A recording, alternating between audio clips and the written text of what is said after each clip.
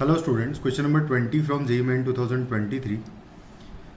10th April, shift 1. The question is an arc PQ of a circle subtends a right angle at its center. तो कुछ इस तरीके से ये diagram होगा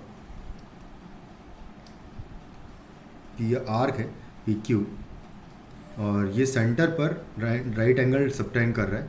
the mid point of the arc PQ is R. ये वाला mid point है और ये O पॉइंट है, ऑब्वियसली सेंटर O है. OP जो है वो U वेक्टर गिवन है मुझे, ये U वेक्टर है मेरा. इसके बाद फिर OR वो हमें V वेक्टर गिवन है and OQ is equal to U और V की टर्म्स में गिवन है. तो basically OQ is in the plane of OP and OR. तो मैं इसको x times U vector plus y times V vector लिख सकता हूँ. और यहाँ पर 45 डिग्री है, यहाँ पर भी 45 डिग्री. और सेम अगर सर्कल का ये सारे सर्कल पर सेम सर्कल पर बन रहे हैं, बेसिकली इन सबका मॉड्यूलस सेम होगा. तो OQ का मॉड्यूलस इज इक्वल टू होगा U का मॉड्यूलस और इज इक्वल टू होगा V का मॉड्यूलस और ये सब रेडियस के बराबर होंगे. तब मैं यहाँ पर सबसे पहले तो डॉट विथ U ले लूँ अगर इस पूरे टर्म का. तो डॉट U के साथ अगर लेंगे तो OQ का dot with U is equal to हो जाएगा x टाइम्स मॉड U का स्क्वायर और आएगा plus y times U dot V. और ये इक्वल टू 0 होगा क्योंकि OQ और U के बीच का एंगल 90 डिग्री है.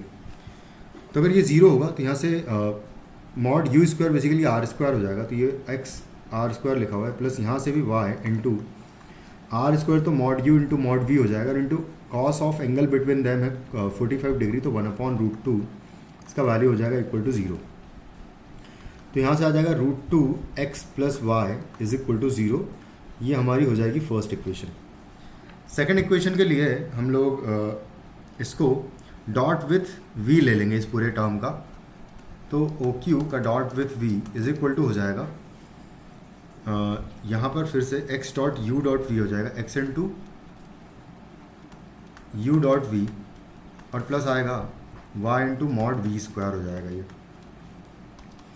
इस टर्म की वैल्यू देखिए अगर तो R स्क्वायर हो जाएगा mod OQ into mod V R square हो जाएगा into angle between V and Q जो है OQ 45 डिग्री है. तो ये 1/√2 आ जाएगा यहाँ पर इक्वल टू कॉस ऑफ है ना, कॉस थीटा जो है कॉस 45 हो जाएगा.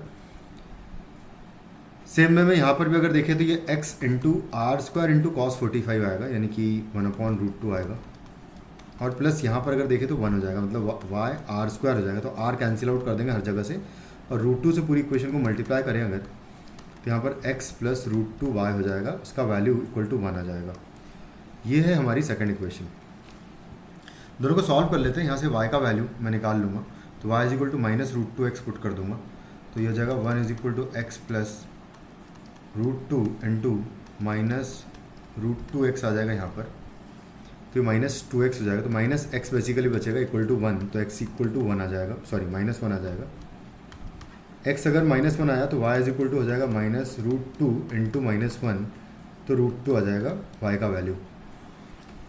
तो यानी कि OQ वेक्टर इक्वल टू हो जाएगा x टाइम्स u था, u x का वैल्यू -1 आया तो -u and plus √2 times v है, कुछ इस तरीके से है.